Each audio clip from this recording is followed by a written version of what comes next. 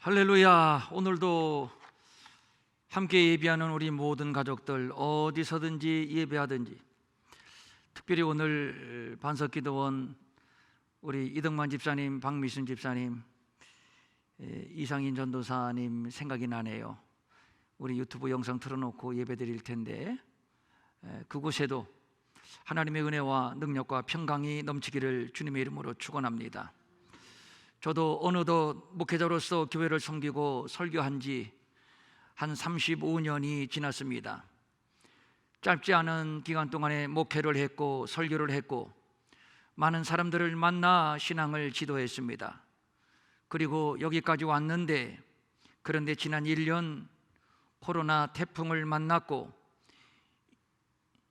이 와중에 한국교회가 흔들리는 모습을 보면서 목회란 무엇이고 목사란 무엇인가, 과연 나는 하나님의 기대에 부응하는 목회를 했는가를 깊이 생각하면서 하나님 앞에 참 부끄럽다는 생각뿐입니다. 1년이라는 짧지 않은 코로나 시즌에 내가 섬기는 교회와 성도는 하나님 앞에 어떤 모습으로 서 있는가? 하나님이 점수를 주신다면 몇 점이나 주실까? 행여 코로나 태풍에 뿌리가 뽑혀 날아간 자들은 없는가? 하여간 많은 생각을 하며 코로나 태풍을 돌파해 가고 있습니다. 그나마 하나님께 감사하는 것은 가정교회 세우기 말씀 묵상과 기도회를 매일 영상을 통해 진행하였다는 것이 생각할수록 감사한 일입니다. 왜 이것이 감사한 일인가 하면, 첫째, 지금 우리는 가정이 급속히 해체되는 경랑의 복판에 서 있습니다. 우리나라 1인 가구의 비율이 30%에 육박하고 있습니다. 다양한 원인이 있겠지만 결혼하지 않은 젊은 층의 비혼 가구, 그리고 이혼 가구, 또 노령 가구의 수가 증가하기 때문이라는 것인데, 이러한 과도기에 신령한 가정교회 세우기를 위한 우리의 시도는 우리를 향한 하나님의 맞춤형 은혜라는 생각을 하게 됩니다.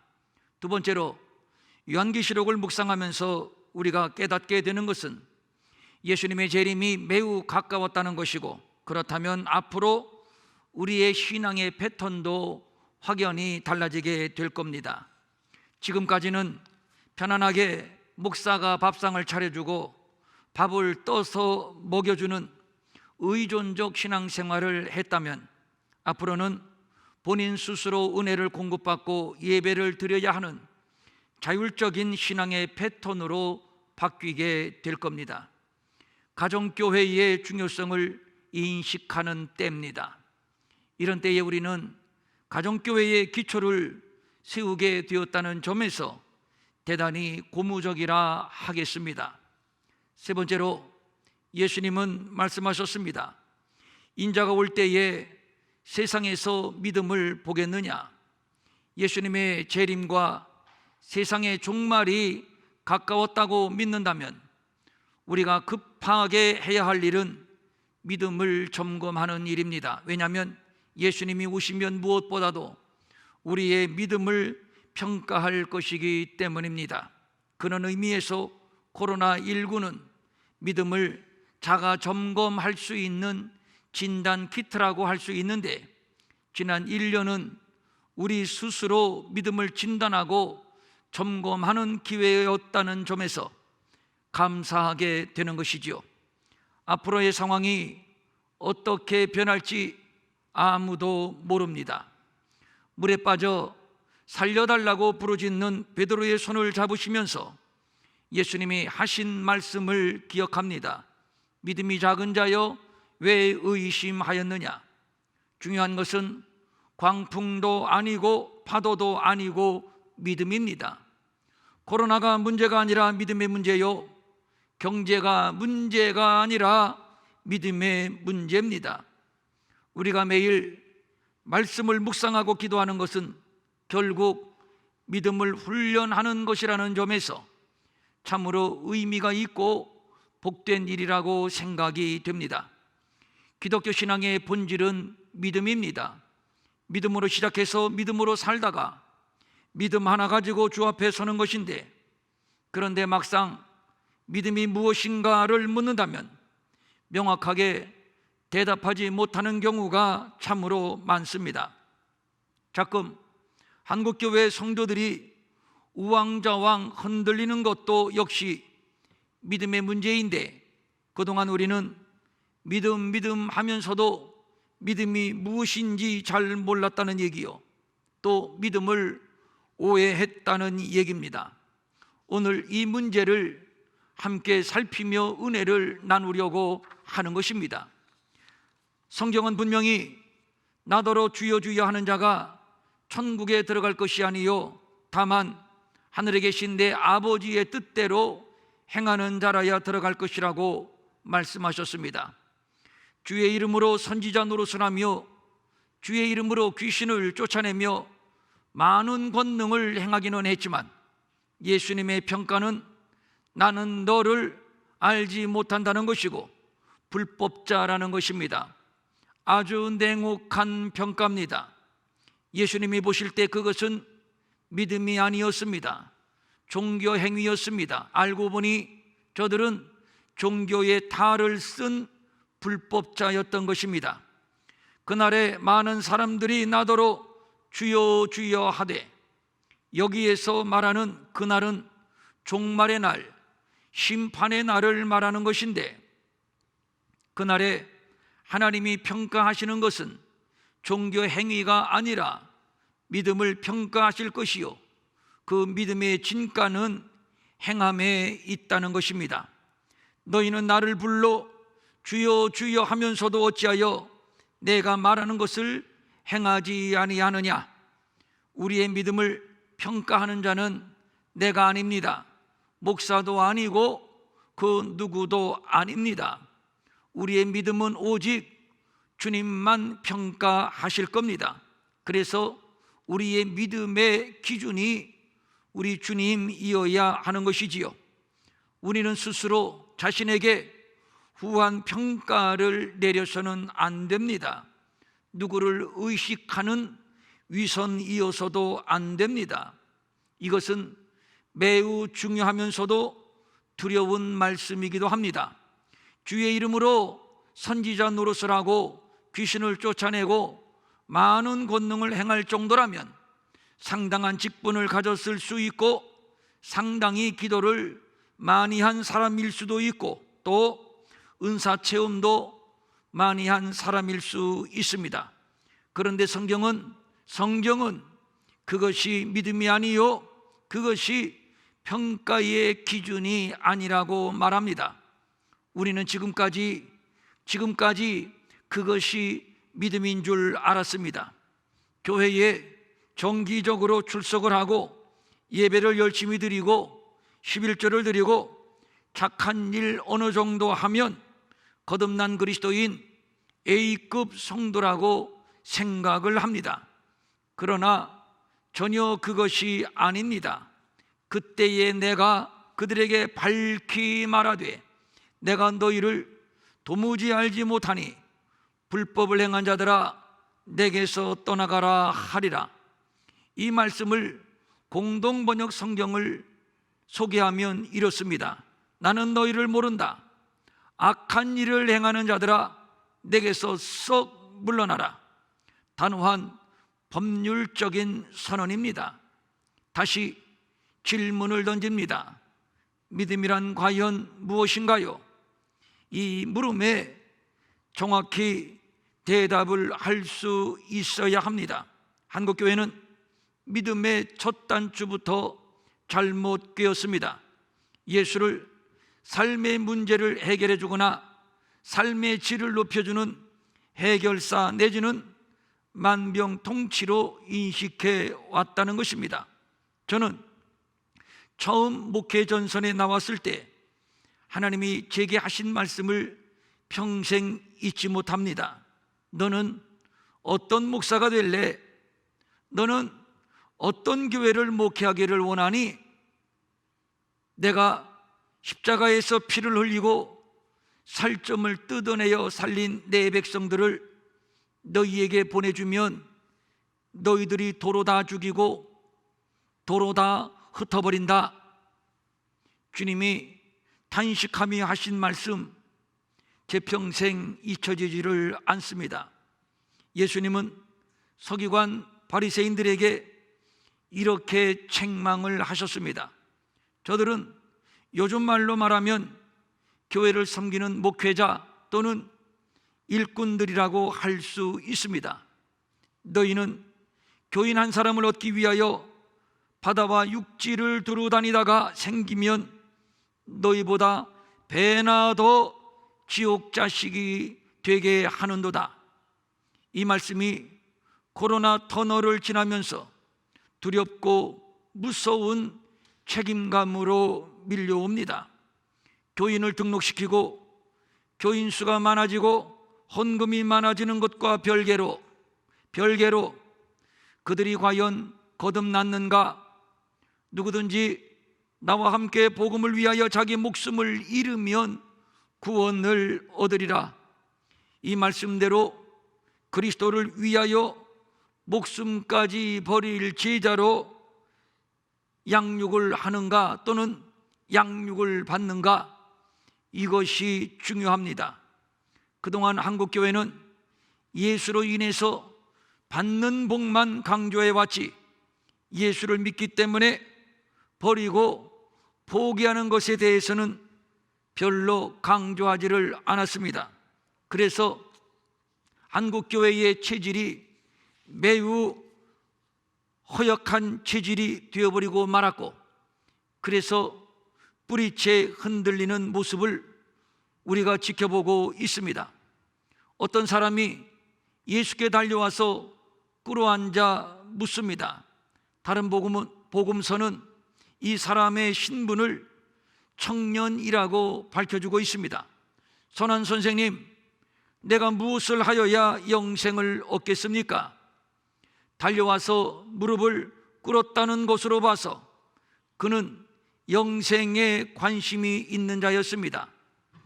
예수님이 말씀합니다. 너 계명을 알고 있지? 살인하지 말라, 간음하지 말라, 도둑질하지 말라, 거짓 증언하지 말라, 속여 빼앗지 말라, 내 부모를 공경하라. 이에 청년이 말을 합니다. 네, 이 정도는 제가 어려서부터 다 지켰어요.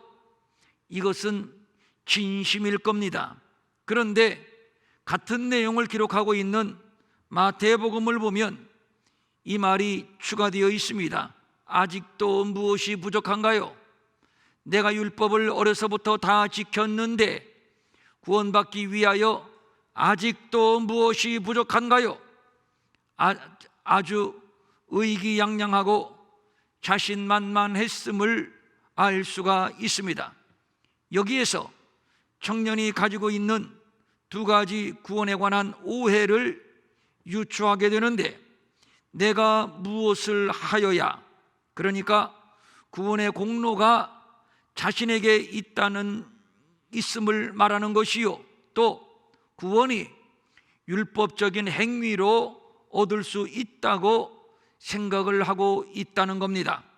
그래서 달려와서 무릎을 꿇었다고 하는 것은 겸손이라기보다는 구원에 있어서 나는 당당하다, 당연하다라는, 그리하여 많은 사람들 앞에서 인정을 받고 공인을 받고 싶었던 겁니다. 이것은 보편적 종교의 구원론이요, 인본주의적 구원론입니다. 오늘날 많은 그리스도인들이 이 청년과 대단히 흡사한 구원관을 가지고 있습니다. 주의를 지키면, 연보를 하면, 어느 정도 선한 일을 많이 하면, 그런데 우리는 여기에서 예수님께서 청년을 대하는 방식이 보편적이지 않다는 생각을 하게 됩니다.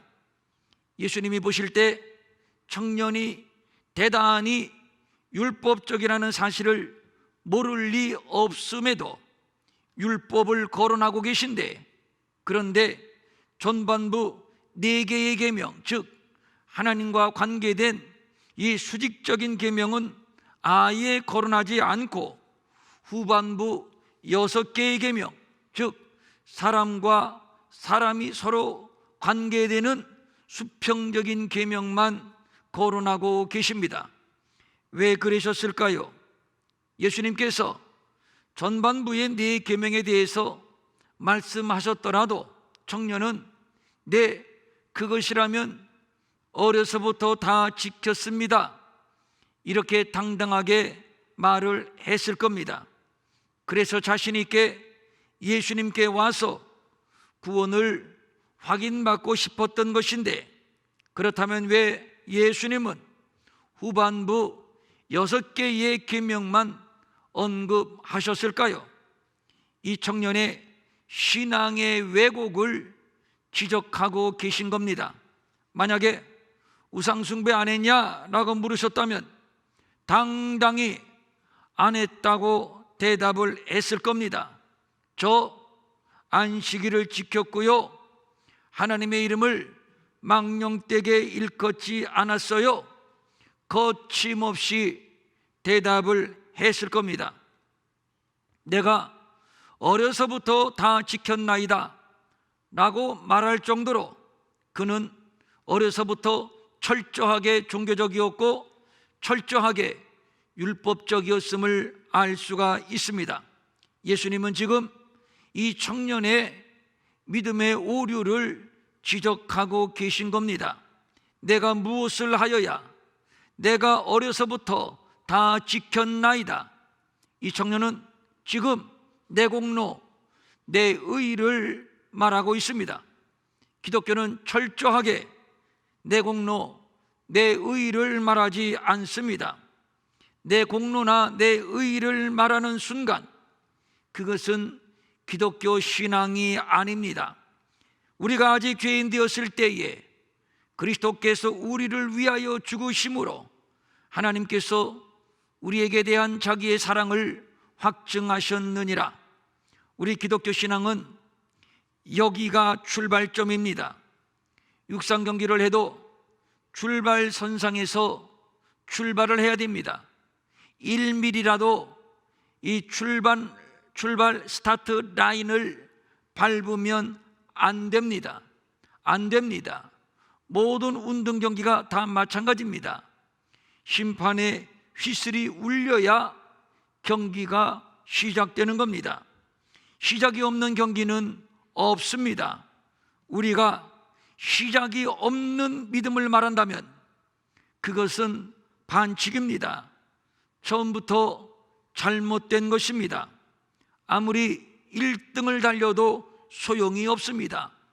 제가 주의 이름으로 선지자 노릇을 했는데요, 제가 주의 이름으로 귀신을 쫓아내고 많은 권능을 행했는데요, 이거 다 몰수입니다.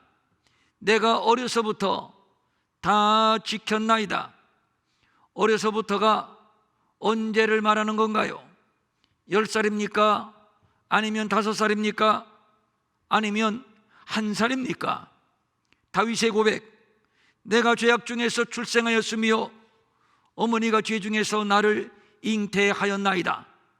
이 말은 하나님께서 모세를 통해서 율법을 주신 이후에 다윗의 고백인데, 그러니까 인간은 율법 이전부터 죄인이라는 것입니다.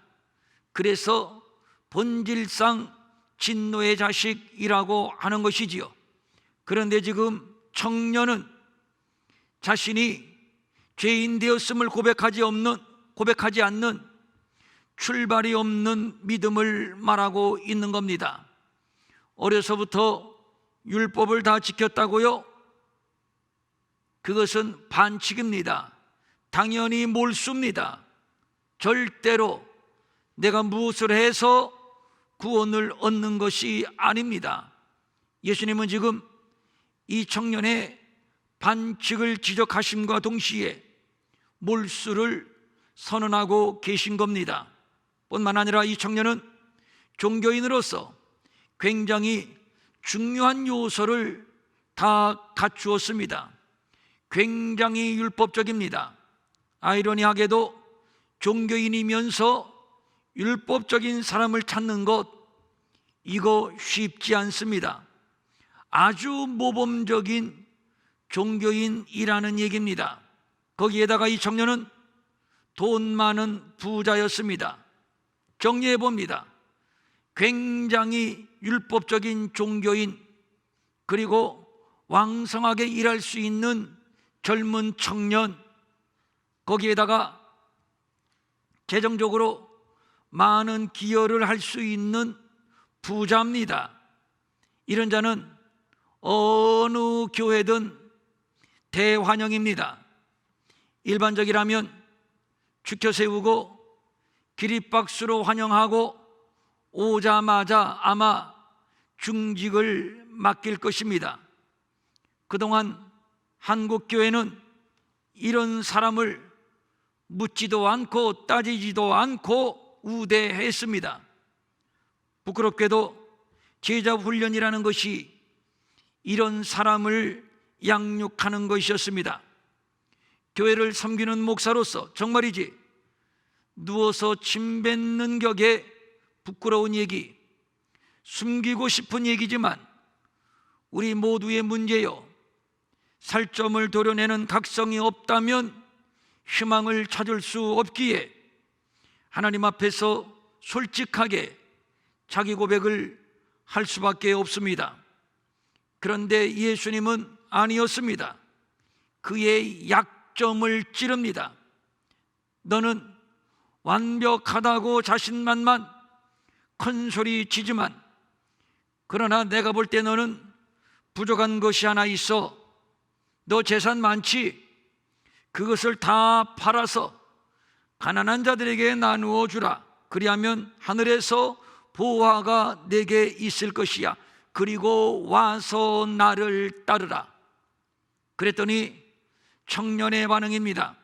그 사람은 재물이 많은 거로 이 말씀으로 인하여 슬픈 기색을 띠고 근심하며 가니라. 목회적인 측면에서 본다면 예수님은 목회의 ABC도 모르는 분입니다.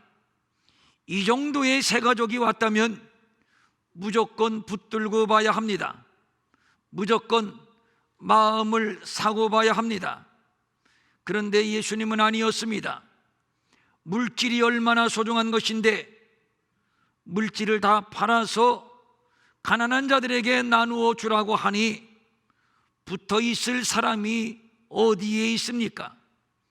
아마 예수님이 한국 교회에서 목회를 하는 목회자였다면 결혼을 안 했으니 아내가 없었을 것이고 아이들도 없었을 것이고 고향에서도 환영받지 못했으니 가까운 친지 친구도 안 왔을 것이고 아마 혼자 교회당만 지키고 있었을 겁니다.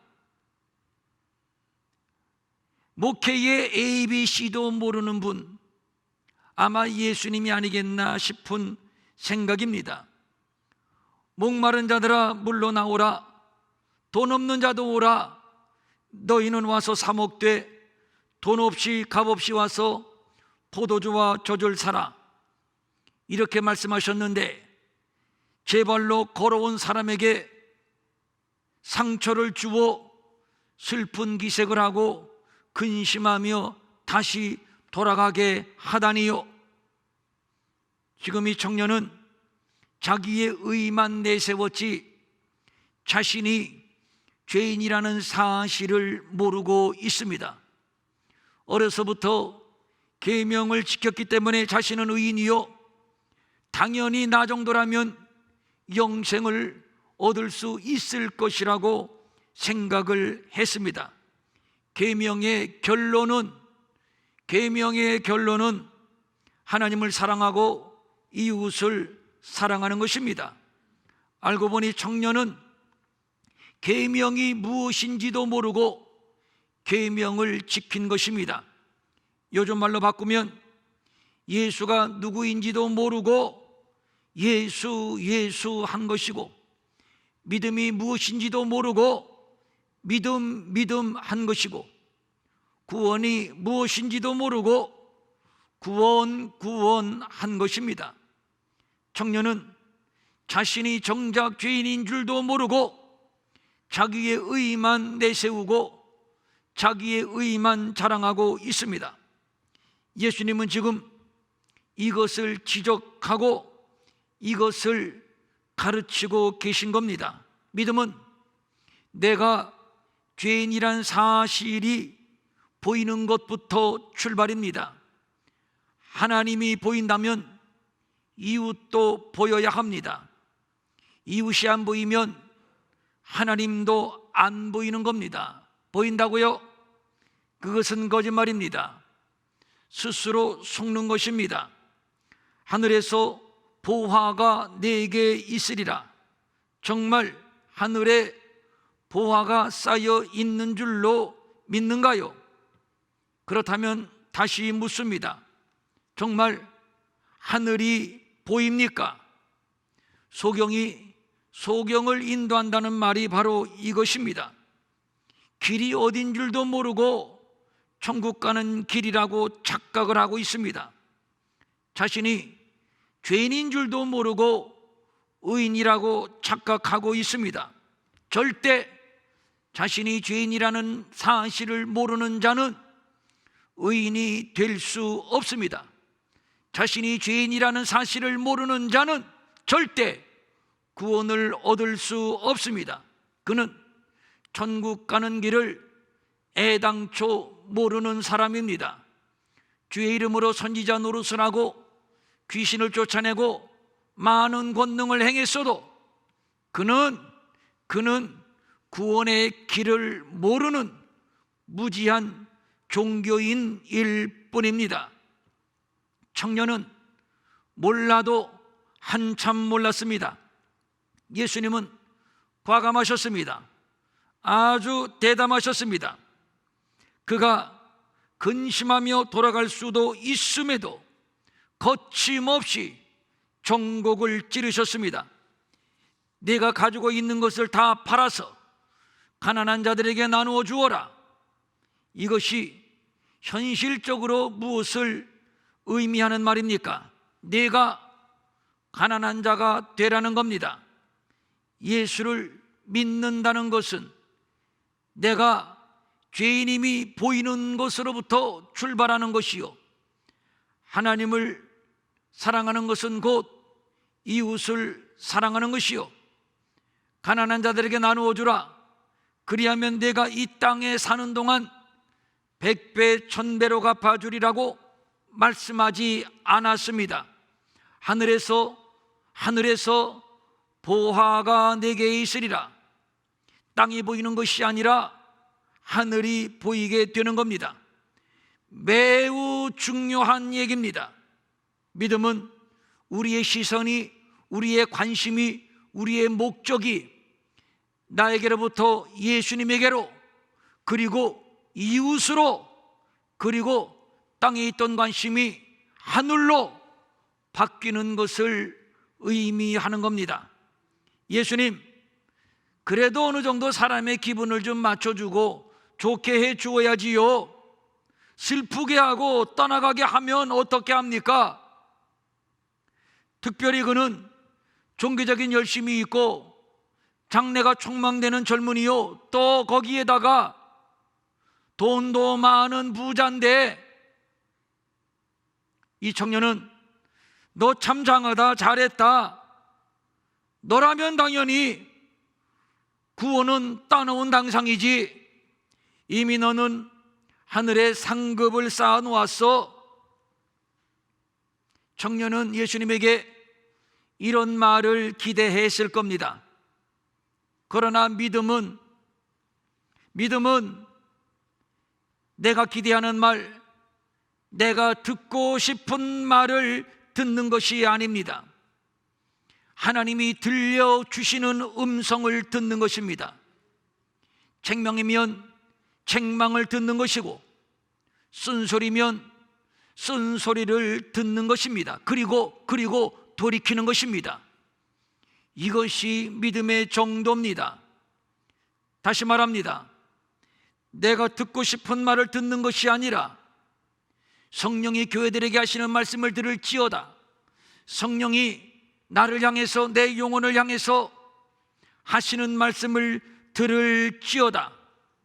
들려지는 음성을 아멘으로 듣고 아멘으로 받고 그리고 겸손하게 돌이키는 것, 이것이 믿음인 것입니다. 한국교회의 강단의 권위가 약화되었음을 지적하는 소리가 들리는 것은 들어야 할 소리를 선포하는 것이 아니라 듣고 싶은 소리를 들려주면서 우는 아이 달래듯 하는 메시지가 강단을 장악하고 있기 때문입니다. 회개하라, 천국이 가까웠느니라. 너희가 각각 회개하고 죄사함을 받으라는 담대한 외침이 강단에서 다시 되살아나야 합니다. 그리고 우리 모든 성도들은 이런 소리를 들을 준비가 되어 있어야 합니다. 의사는 주사 바늘을 꼽는 것, 살을 도려내는 것을 주저해서는 안 됩니다. 정말 안타까운 것은 이렇게 종교적이고 이렇게 구원과 영생에 관하여 관심이 많은 자인데도 예수님의 말씀을 듣고 근심하며 돌아갔다는 것입니다. 우리 주님은 이어서 제자들에게 말씀합니다. 재물이 있는 자가 하나님 나라에 들어가기가 심히 어렵다. 낙타가 바늘귀로 나가는 것이 부자가 하나님 나라에 들어가는 것보다 쉬우니라. 예수님께서 우상을 섬기지 말라는 전반부 4개의 계명을 거론하지 않으신 이유가 여기에 있습니다. 이 청년은 이미 물질이라는 우상을 섬기고 있음을 아셨기 때문입니다. 이미 이 청년의 마음 속에는 하나님보다는 물질이 자리 잡고 있었고, 그래서 물질을 사랑했고, 따라서 그는 아예 첫 계명부터 지키지를 못했습니다. 그가 자랑하는 믿음은 실상 믿음이 아니었던 것이고, 실상 그는 우상 숭배자였던 겁니다. 오늘 믿음을 다시 생각해 봅니다. 슬픈 기색을 띠고 근심하며 가니라. 본문의 청년의 모습이 혹 행여 나의 모습은 아닌지요. 우리 주님은 돌아가는 청년을 붙잡지 않았습니다. 청년아, 그게 아니야. 너 내 말 오해했구나. 말이 그렇다는 얘기지. 정말 다 그런 게 아니야. 그렇게 청년을 붙잡지 않았습니다. 믿음은 결국 자기가 책임져야 할 자기의 몫이기 때문입니다. 성령이 교회들에게 하시는 말씀, 성령이 내 영혼을 향해서 하시는 말씀은 주야로 우리에게 들려집니다. 그 말씀을 아멘으로 받는 것, 그 말씀을 받고 회개하고 돌이키는 것, 이것은 나의 몫입니다. 예수님은 이 청년의 몫을 청년에게 맡겨 두셨습니다. 사랑하는 여러분, 하나님은 오늘 우리의 믿음의 몫을 지켜보고 계십니다. 아멘으로 받고 돌이키고 순종하는 믿음의 몫인가? 아니면 근심하고 돌아가는 믿음이 아닌 율법적인 신앙의 모습인가? 코로나 시즌을 지나면서 믿음을 점검하고 주여 언제든지 항상 말씀하옵소서 듣겠나이다, 순종하겠나이다, 돌이키겠나이다. 우리가 이렇게 믿음으로 세워질 수만 있다면 코로나는 우리에게 은혜입니다. 축복입니다. 우리 모두에게 코로나가 은혜가 되고 복이 될 수 있기를 주님의 이름으로 축원합니다. 축원합니다. 아멘. 자리에서 일어나셔서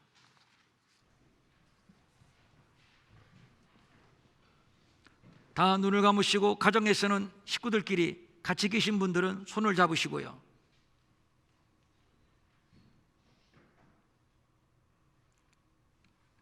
냉정하게 믿음을 점검해야 합니다.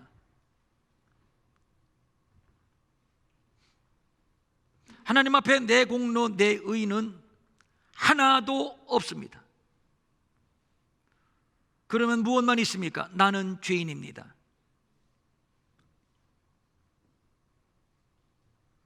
여기에서부터 우리의 믿음은 출발합니다.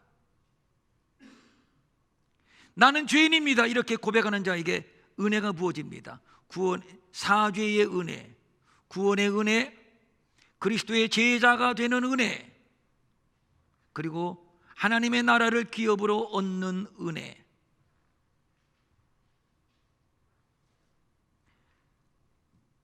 나는 죄인입니다 라고 고백하는 자에게 하나님의 음성이 들리기 시작을 합니다. 그리고 길이 보이기 시작을 합니다.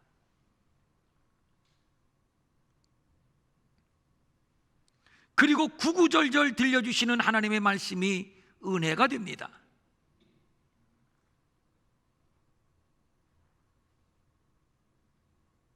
성경은 내가 듣고 싶은 말씀이 아니라, 잘 들으셔야 됩니다, 여러분. 성경은 내가 듣고 싶은 말이 아니라 들어야 하는 말씀입니다. 들어야만 하는 말씀입니다.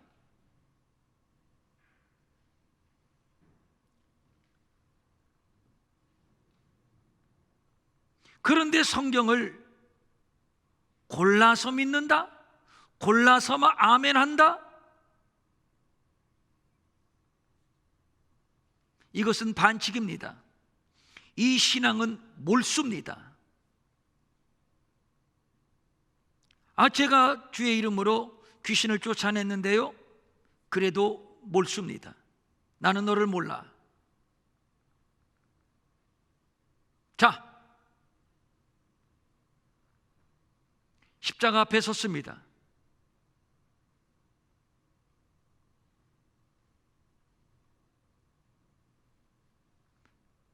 우리 한번 고백해 봅니다.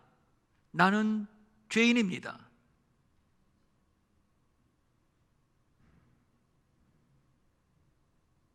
이제 성령님이 우리를 향해서 들려주시는 음성을 들으십시오. 내가 죄인임을 아는구나. 내가 죄인임을 고백하는구나. 괜찮아. 너를 위해서 우리 주님이 피를 흘리셨잖아.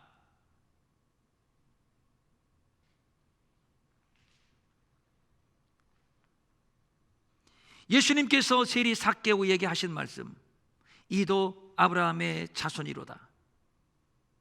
너도 이제 하나님의 자녀야. 자, 그 음성이 들리시는 분들은 다 같이 아멘. 그러면 이제부터 하나님이 보이고 이웃이 보입니다.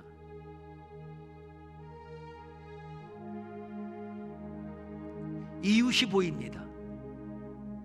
이제부터 내가 땅에서 100배 1000배로 복을 받으리라가 아니라, 땅이 보이는 것이 아니라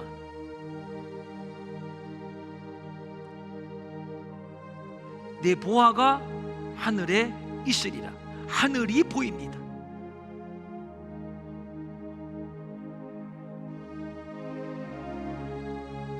하늘이 보이십니까?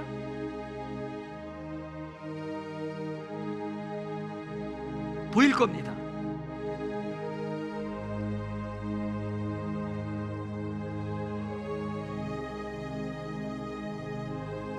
이게 믿음입니다. 이게 믿음입니다. 그런데 예수 믿다가 환경이 달라지고 기분이 좀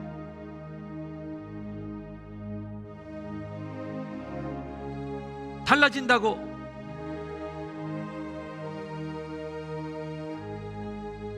예수 안 믿는다고요?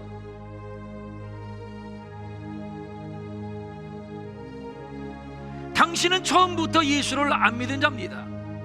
당신은 처음부터 믿음이 없었습니다. 처음부터 반칙이었습니다.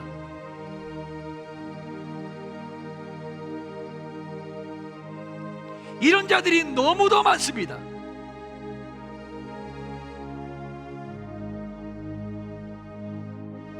이런 자들이 교회 안에 너무도 많습니다.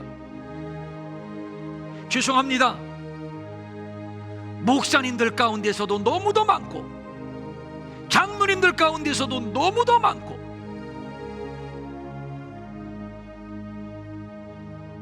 그래서 기분에 따라서, 감정에 따라서 환경이 변화된다고 근심하며 가니라.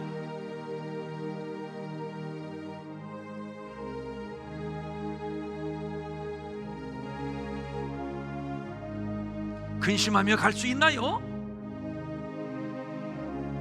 정말 갈 수 있나요?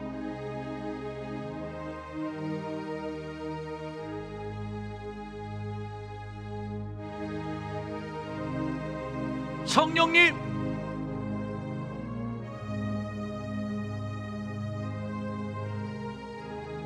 근심하며 불평하며 연약하여 다시 돌아가는 자들, 우리 평촌 일회교회는 하나도 없게 하옵소서.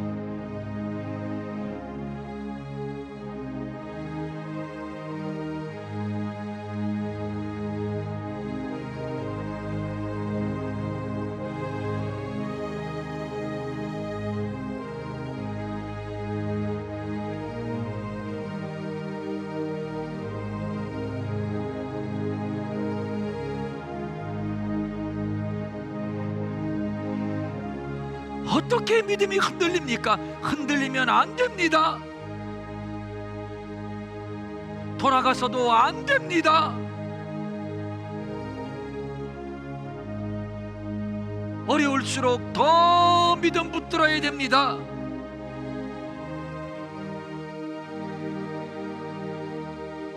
성령님, 성령님, 우리 가운데 임하소서. 각 가정에 임하소서. 영생의 말씀이 주께 있사오니 내가 누구에게로 가오리이까? 내가 누구에게로 가오리이까?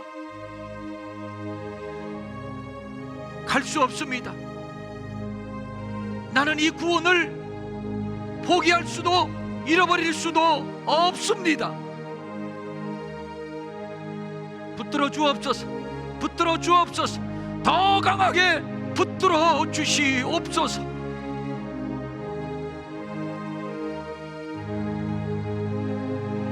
날마다 날마다 주를 찬송합니다. 주의 사랑의 줄로 나를 굳게 잡아 매소서.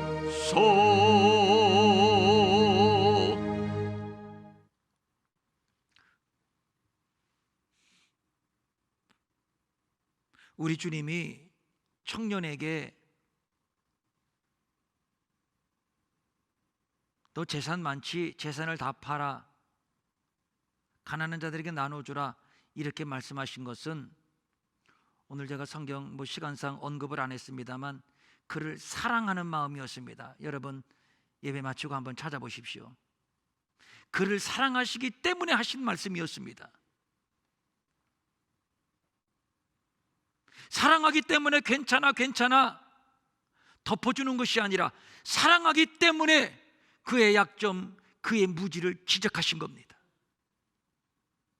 정말 그에게 구원을 주시기 위해서, 정말 그에게 하나님 나라를 주시기 위해서. 그런데 이 청년은 그 사랑도 모르고 그 예수님의 진실도 모르고 자기가 듣고 싶어하는 소리가 아니라고 근심하며 돌아갔습니다. 불행입니다.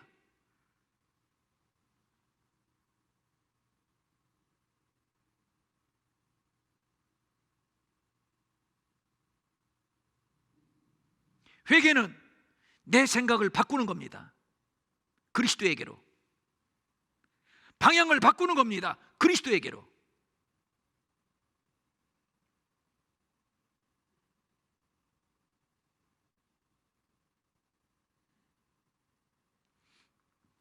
하나님 아버지, 세상이 요동하고 있습니다.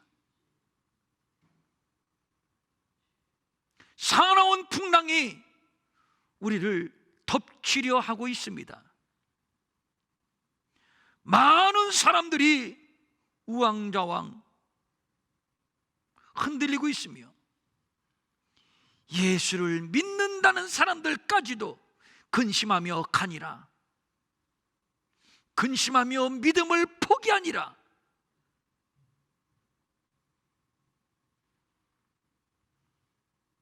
이런 상황에서 사랑하는 우리 병천 일회교회 가족들, 하나님의 눈동자로 지키시고 날마다 성령으로 기름 부어주시고 그 강하신 오른팔로 붙들어 주시고 좌로 우로 치우치고 쓰러지고 꼬꾸라지지 아니하도록 보호해 주심을 감사를 드립니다. 주님이 우리를 사랑하셔서 죄를 깨닫게 하시고 충고하시고 지적하시고 책망하시고 우리의 영혼을 깨우시는데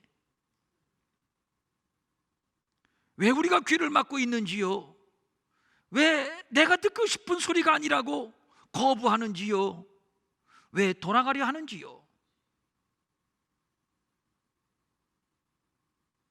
성령이 교회들에게 하시는 말씀, 성령이 내 영혼을 두드리며 하시는 말씀을 들을지어다, 들을지어다, 들을지어다. 들을 수 있는 귀를 열어주소서. 볼 수 있는 눈을 열어주소서.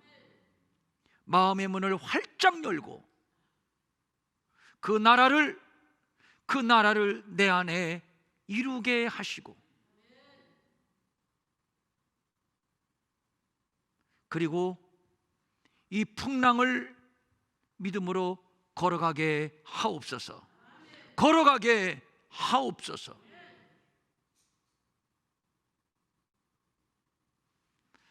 간절한 소망을 가지고 각종 예물을 주님께 올립니다. 주일헌금, 주정헌금, 감사헌금, 11조, 선교헌금, 건축헌금, 장학헌금, 구제헌금, 비전사라 특별선교헌금, 또 우리 방송실 시설을 위해서 특별 헌금 드리는 손길도 있습니다. 직접 현장에 와서 드리는 손길도 있지만 또 온라인을 통해서 드리는 손길들도 있습니다.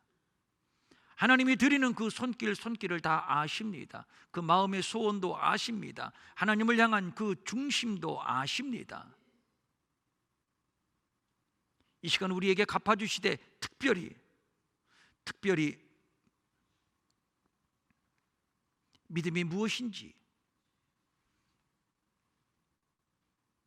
이 믿음은 결코 포기할 수 없는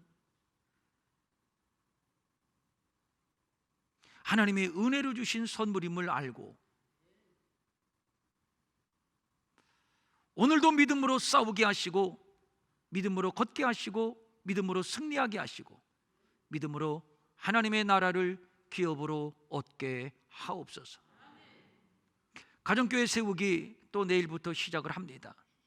각 가정에 성령님 임하소서. 성부, 성자, 성령 하나님 각 가정에 찾아가시옵소서. 모든 가족들을 만져주시옵소서.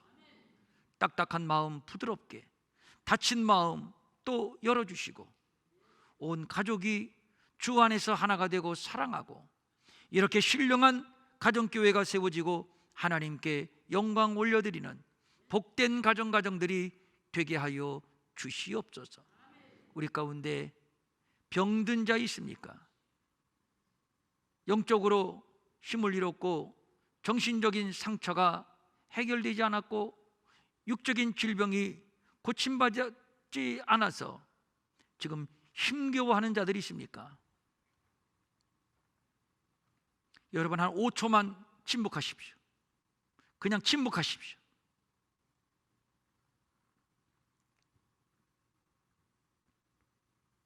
나사렛 예수의 이름으로 명하노니 모든 각종 질병은 하나님의 자녀들에게서 떠나갈지어다.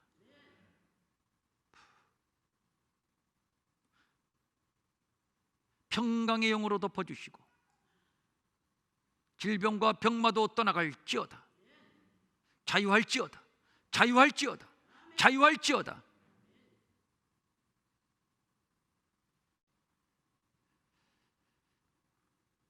깨끗하게 고침받고 치유되었음을 선포하노라. 마음은 온이지만 가진 것이 없어 드리지 못해 민망히 여기는 성도들을 위로하시고 저들에게도 물질 주셔서 한 가지로 주님 앞에 바치며 쓰며 도우며 사는 풍성함이 있게 하시고 반석기도 오늘 위해서 기도합니다. 아버지, 저들이 비바람 찬소리를 맞으며 벌판에서 기도의 단을 쌓고 있습니다. 그곳에 그 장소에 그 심령들에게 종들에게 기름을 부으소서. 위로와 평강과 은사와 능력이 넘쳐나게 하소서. 모든 기도가 하늘 보좌로 상달되게 하시고 하나님의 뜻이 하늘에서 이룬 것처럼 바로 그곳 그 땅 이 땅에 이루어지게 하소서. 열방에 나가 복음 전하는 주의 종들을 위로하소서. 영역의 7배를 더하여 주시옵소서.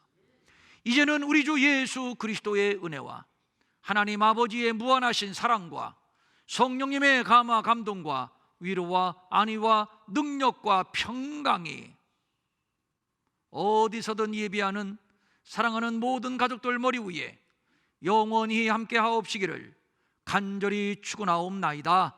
아멘.